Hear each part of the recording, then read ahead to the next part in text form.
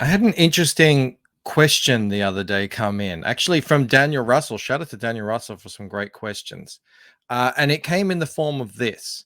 Considering all of these successes that we've seen recently in crowdfunding, and also at the same time, considering the decline in, let's say, the decline in interest and popularity of monthly floppy comic books coming out of American superhero comic book companies. We're talking DC, we're talking the big players, DC and Marvel, to a lesser extent, Image.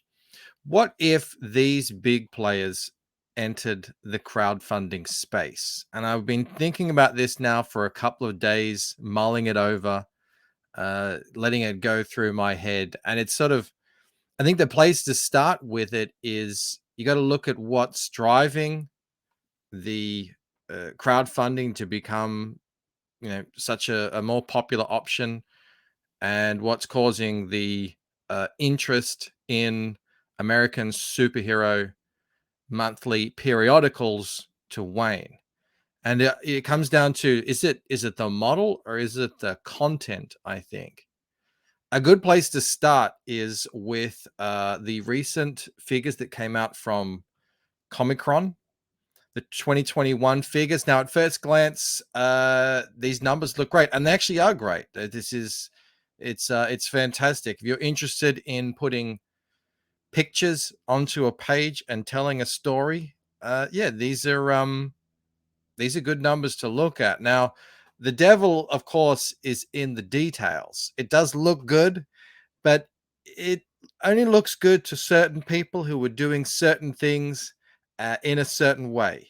So that's the crux of it here. We saw a massive jump in sales in 2021, up to for the first time ever 2 billion. I don't know if these is even adjusted for inflation. Okay, jumps up a massive amount there, but we've got to dive in and see what we're looking at here. The lion's share of those sales came from graphic novels. So when people think comic books, they usually think of those, 20, 30 page floppy superhero comics. No, not necessarily, not really at all, actually. We're talking graphic novels, we're talking trade paperbacks, we're talking books. And if we go even further down here, we see that over a half of that cash is actually coming from book channels, and that's grown. That's where the growth is really coming. I think there was actually a little bit of growth in comic book stores, which is positive. That's good to see. More people buying comics, the better, obviously. But I don't specifically know the breakdowns of all that, so I don't really want to get into it. The main point is that the lion's share of what's fueling this, the state of the industry seems to be graphic novels. And what does that mean? That means American manga and books like Dogman, essentially Scholastic, and other what do you call them, book distributors and stuff like that. Now, that's great. That is fantastic if you are making Dogman and YA manga and American manga and everything, or you're repurposing Japanese manga to sell in America, whatever it is. I don't know what it is specifically, but if you're making what's considered more traditional American superhero fare, yeah, you're probably not feeling too comfortable right now. I mean, you can see it if you actually dive into the actual numbers. The biggest the biggest sales, the biggest issues, a lot of them aren't even cracking 100,000. Whereas, 30 years ago, they were selling in the millions. There's a decline there. It's obvious. uh, so yeah, look, that's the state of the industry as it is. And you can see here, this other channels, that's pretty much crowdfunding, 35 million, which makes sense across across Indiegogo and Kickstarter. And the bulk of the people who are doing these crowd funds are independent players. there's been, and do we count like actual independent companies? Sure, okay, but I think the majority of this is coming from people, just people like me, people like John Malin, people like Shane Davis, Ethan Van Sciver, now people like Ripper, and then other people on Kickstarter that I'm not super familiar with, but they do quite well over there as well. But so that's the state of the industry. If you can see here, if I were a big established, what are they, 100 years old now? No, not quite, 80-year-old company like Marvel or DC, I would be trying to get into this market here, this $1.16 billion market, and then try and grow this market, try and get some more interest coming back into out your share of this market. This market is, yeah, it's interesting, it's growing. I don't really think it really matters all that much to them. 35 million compared to 1.165 billion. I would be looking here for my growth if I were them. But another thing too that they could potentially do here to grow the sort of regular comic book sales is sort of pivot away from the periodicals, the monthly cheaper comics, and look to Europe, to what they're doing, where they put out albums yearly or half yearly. Surely they could manage half yearly for these big prestige, beautiful, well made. I mean, they're just amazing. I can't go on enough about European comics. I love them so much, and I think they could do that. And I think the the people who read comics now, who are interested in them, I think they could sustain that. I don't know if they'd be terribly interested. I know a lot of people enjoy the whole monthly deal and the speculation and the collecting and all that sort of stuff. But look, the French model is working. It's booming. It's going great. It's a whole different energy over there. If anyone can get over to a French store, yeah, it's beautiful. I don't think they can necessarily replicate what manga is doing. They that's too big. I think the issue is they've squandered now 2 generations of new comic book fans. Like, young people are not reading floppy monthly American superhero comics for 2 generations now. The culture, they squandered it. They had it. They threw it away. They chased speculators. They chased the older market, and that's just what it is now. So if they wanted to get back into, if they wanted to compete with manga right now, I mean, we're talking probably like a half-century project of building up quality and rebuilding the trust and finding new young readers. I don't see that happening. But the question is, the original question here, what if the big players came into crowdfunding, is still a great question, whether or not it's good for Marvel and DC. What about smaller indie companies? We saw a company like, I think it was Boom Studios with Berserker. They did incredibly well with this. Now, this is obviously a bit of a standout because it's got Keanu Reeves attached to it. But, hey, fair play, fair play. There's lots of movie stars out there. Do whatever you can to get the interest in. They scored, what is it, 1.5 million from 14,500 backers. So yeah, that's like, there's an opportunity there. And they did actually cop a lot of flack for doing this. I remember people were saying, you shouldn't be allowed in crowdfunding. This is for people who can't afford to get anything made. I don't know about that. But look, it's not all sunshine and rainbows. I found this one from Dynamite Entertainment. Yeah, this is a company I think most people know. Only got 18 backers. Didn't even raise $1,000.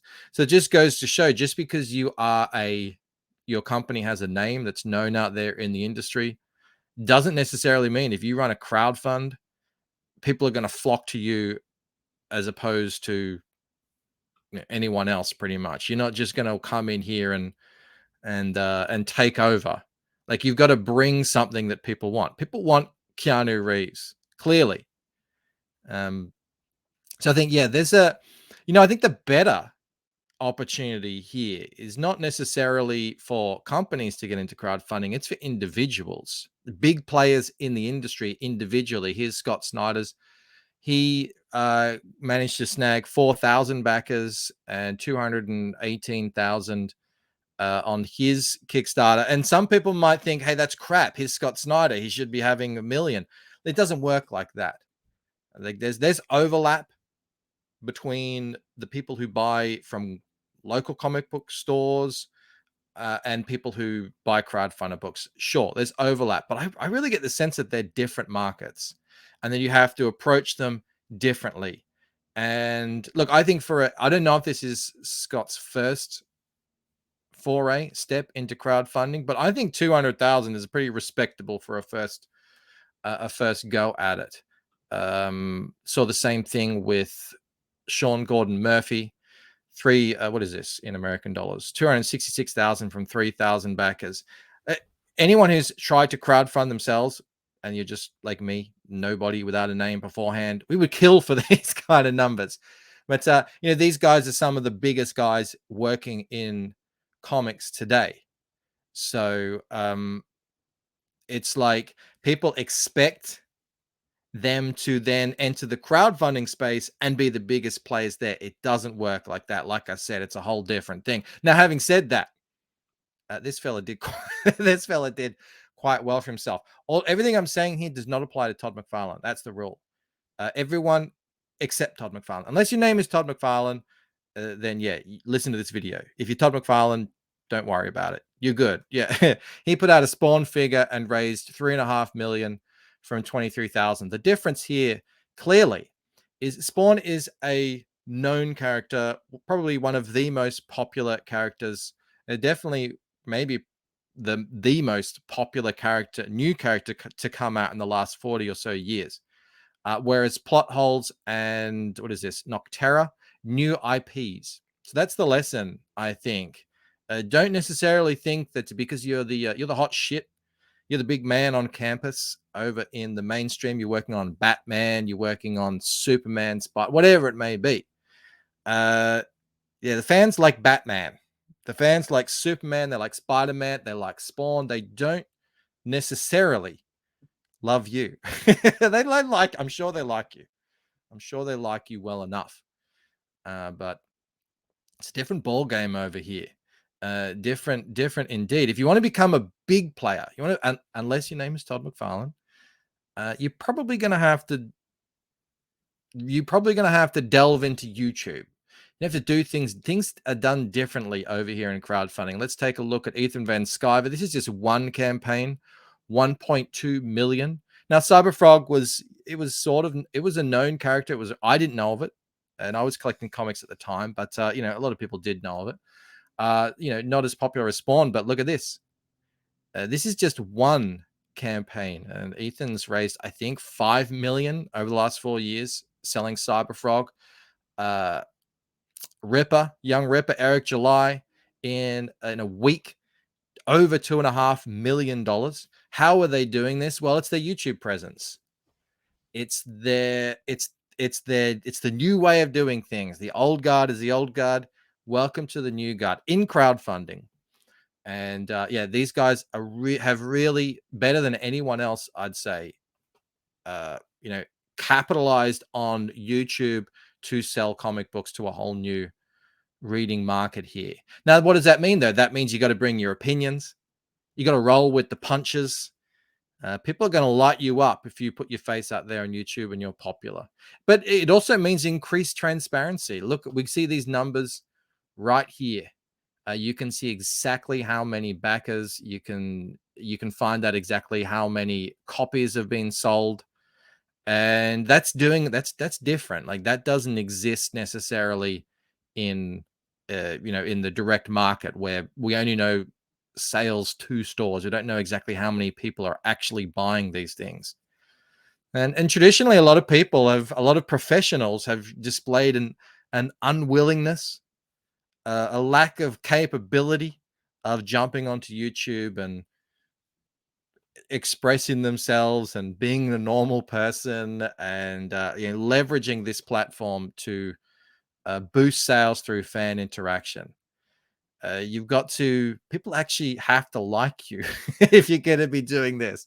So that's a barrier to entry for a lot of these guys to come in here and make it big. They can certainly do very well I think if Scott Snyder or Sean Gordon Murphy were to continue crowdfunding, I'm sure that it would grow. They can grow their mailing list. Like I said, you don't have to live stream. You don't have to have a YouTube presence.